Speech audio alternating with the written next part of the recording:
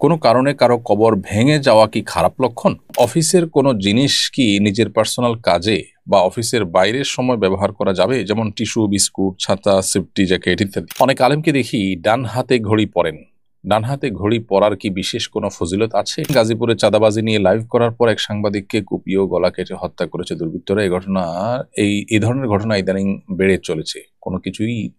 কোনো কিছুতেই থামানো যাচ্ছে না। এসবের পুনরাবৃত্তি রোধে আপনার পরামর্শ কি? সম্প্রতি এক প্রবাসী দেশে এসে বিমানবন্দর থেকে বাড়িতে ফেরার পথে সড়ক দুর্ঘটনার শিকার হয়েছেন। এতে তার স্ত্রী, সন্তান, মা সহ পরিবারের প্রায় সবাই মারা গেছেন। ইন্না লিল্লাহি ওয়া ইন্না ইলাইহি রাজিউন। তিনি এজন্য ড্রাইভারের বেপরোয়া গাড়ির চালনাকে দায়ী করেছেন। ড্রাইভারের ভুলে কেউ মারা গেলে ইসলামের আলোকে তার শাস্তি কি? চলুন তাহলে আর দেরি না করে আপনাদের প্রশ্নগুলোর উত্তর দেওয়ার আলোকিত ভবনে আমরা প্রবেশ করি। নিশাত সুলতানা, আপনার প্রশ্নটি আমি শুরুতে দেখতে পাচ্ছি। আপনি লিখেছেন, কোনো কারণে কারো কবর ভেঙে যাওয়া কি খারাপ লক্ষণ? কবর ভেঙে গেলে কি মৃত ব্যক্তির ব্যাপারে কুধারণা করা যাবে, কিংবা কুধারণা করলে কোনো গুনাহ হবে কিনা? উত্তর হলো, কবর কোনো কারণে ভেঙে যাওয়াটা এটা অস্বাভাবিক কোনো বিষয় নয়, এবং এটা মৃত ব্যক্তি বা কবরস্থ লোকটির খারাপ হওয়ার কোনো লক্ষণও নয়। আমরা অনেকে মনে করি যে কবর ভেঙে যাচ্ছে মানে কবর তাকে রাখছে না বা কবর তাকে গ্রহণ করছে না, লোকটা খারাপ, সেজন্য। এই কথাগুলো একেবারেই অমূলক এবং ধারণাপ্রসূত কথা, এগুলোর কোনো ভিত্তি নেই। কবর ভেঙে যাওয়াটা মাটির কোনো কারণে হতে পারে, অন্য কোনো কারণে হতে পারে। অতএব কবর ভেঙে যাওয়া, কবরে পানি ওঠা, এরকম কোনো বিষয়ই আসলে মৃত ব্যক্তি বা কবরস্থ ব্যক্তির ভালো বা মন্দের কোনো বিষয়কে ইঙ্গিত করে না। বিধায় শুধুমাত্র কারো কবর ভাঙতে দেখে বা ভাঙা কবর দেখে বা কবরে পানি উঠেছে এটা দেখে ওই মৃত ব্যক্তি সম্পর্কে কুধারণা করলে সেটি গুনাহ হবে। কারণ একজন মানুষ সম্পর্কে খারাপ ধারণা করা এমনিতেই নিষেধ। সেখানে একজন মৃত মানুষ, তার সম্পর্কে খারাপ ধারণা করা, নিষেধাজ্ঞার মাত্রাটা এখানে আরও বেশি। এই জন্য এ ধরনের বদগুমান, এ ধরনের খারাপ ধারণা করা থেকে আমাদেরকে বিরত থাকতে হবে। এবং মন গড়া কোনো বিশ্বাসী হওয়া, এটা কোনো ইমানদারের সাথে যায় না। ইমানদার কুসংস্কারের জন্য হতে পারে না, কুসংস্কারে বিশ্বাসী হতে পারে না। সম্প্রতি এক প্রবাসী দেশে এসে বিমানবন্দর থেকে বাড়িতে ফেরার পথে সড়ক দুর্ঘটনার শিকার হয়েছেন। এতে তার স্ত্রী, সন্তান, মা সহ পরিবারের প্রায় সবাই মারা গেছেন। ইন্না লিল্লাহি ওয়া ইন্না ইলাইহি রাজিউন। তিনি এজন্য ড্রাইভারের বেপরোয়া গাড়ির চালনাকে দায়ী করেছেন। ড্রাইভারের ভুলে কেউ মারা গেলে ইসলামের আলোকে তার শাস্তি কি?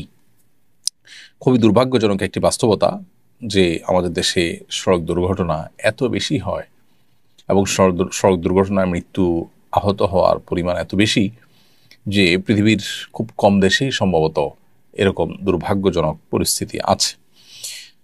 তো এটা সত্য যে চালকদের বেপরোয়া গাড়ি চালানোর দায় এখানে অনেক বেশি, কিন্তু এর পাশাপাশি আরও অনেক কারণ আছে। অবকাঠামোগত ত্রুটি, আমাদের আইনের ত্রুটি, আইনের প্রয়োগ না হওয়া, এই জাতীয় অনেক কারণ রয়েছে, যে কারণগুলো আসলে সড়ক দুর্ঘটনা বেড়ে যাওয়ার বা সড়ক দুর্ঘটনা অনবরত ঘটতে থাকার অন্যতম প্রধান কারণ।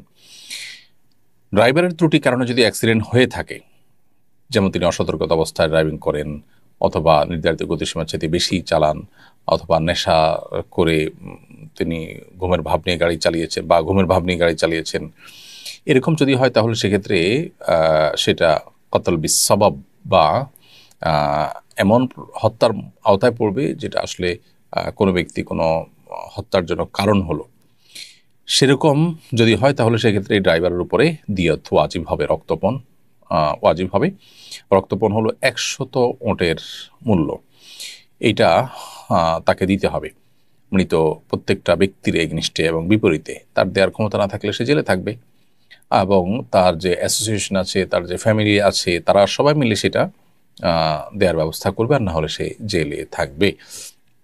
আর ড্রাইভারের কোনো ত্রুটি যদি না থাকে তাহলে এটাকে সাধারণ বিপদ হিসাবে, নসিবে ছিল আসমানি বিপদ হিসাবে এটাকে ট্রিট করা হবে, এবং ড্রাইভারের উপরে সেক্ষেত্রে দিয়ত বা কাফারা কিছুই আসবে না। আমাদের দেশে অবশ্য সড়ক দুর্ঘটনা হলেই চোখ বন্ধ করে ড্রাইভারের উপরে দোষ চাপানোর একটা প্রবণতা আছে, যদিও এখানে কি ঘটেছে ঠিক আমরা জানি না। হতে পারে এখানে বেপরোয়া গাড়ি চালানোটাই ছিল প্রধান কারণ, সেটা তদন্ত করলে বেরিয়ে আসবে।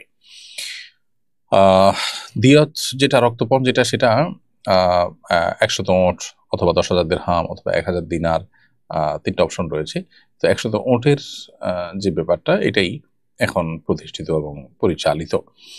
বিশেষ করে মিডল ইস্টে, সৌদি আরব সহ অন্যান্য যে দেশগুলোতে কোরআন এবং হাদিসের আলোকে বিচার কার্য পরিচালনা হয়, সে সমস্ত দেশগুলোতে এখনো 100 নোটের মূল্য দিতে হয় মানুষের জীবন হানির জন্য যদি কেউ দায়ী হয়ে থাকে তাহলে।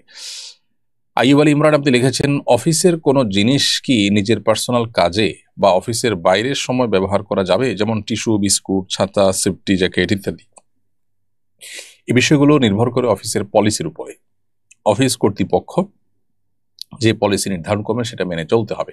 যেমন তারা যদি মনে বলেন বা তাদের পলিসিতে যদি উল্লেখ করা থাকে যে অফিসের ছাতা, জ্যাকেট এগুলো অফিস টাইমে শুধু ব্যবহার করতে হবে, পার্সোনাল টাইমে বা পার্সোনাল কাজে এগুলো ব্যবহার করা যাবে না, তাহলে সেটাই মেনে চলতে হবে। আর যদি অফিস এগুলোর উপরে অনুমোদন করে, অনেক সময় দেখা যায় যে এগুলো কাউকে দিয়ে দেওয়া হয় আর এগুলো ব্যাক নেওয়া হবে না এবং ফেরত নেওয়া হয় না, এবং অনেক সময় দেখা যায় যে বছরে একটা করে পায়। এরকম যদি হয় তাহলে সেক্ষেত্রে বিষয়টা সম্পূর্ণ তার উপর নির্ভর করে।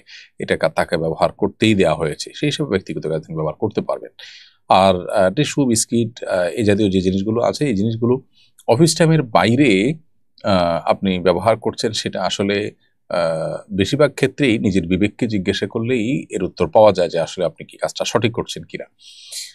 আপনি অফিসের যে বিস্কিট বা টিস্যু সেটা নিয়ে গেলেন, অফিস টাইমের বাইরে আপনি বাসায় ব্যবহার করলেন, অন্য কোথাও ব্যবহার করলেন, সেটা যে খেয়ানত সেটা বোঝার জন্য কর্তৃপক্ষের পলিসির দিকে তাকাবার প্রয়োজন নেই। হ্যাঁ, আপনাকে আপনার জন্য একটা বিস্কিটের প্যাকেট বরাদ্দ আছে অন্য সবার মতো করে, আপনি আপনার প্যাকেটটা নিয়ে গেলেন, সেটা ভিন্ন বিষয়। তো এই বিষয়গুলো মূলত আমানতদারিতার প্রশ্ন। এখানে মালিক পক্ষের কোনো ক্ষতি হলে তারা ডিউটিতে আপনাকে ব্যবহারের জন্য কিছু দিয়েছেন, সেটা আপনি ডিউটিতে ব্যবহার করবেন, ডিউটির বাইরে সেটা আপনি নিয়ে যাবেন না। একান্ত আপনার জন্য বরাদ্দকৃত জিনিস সবার জন্য আছে এবং সেটা বহনযোগ্য, আপনি নিয়ে নিলেন, সেটা ভিন্ন বিষয়। এরপরে প্রশ্ন করেছেন, গাজীপুরে চাঁদাবাজি নিয়ে লাইভ করার পর এক সাংবাদিককে কুপিয়ে গলা কেটে হত্যা করেছে দুর্বৃত্তরা।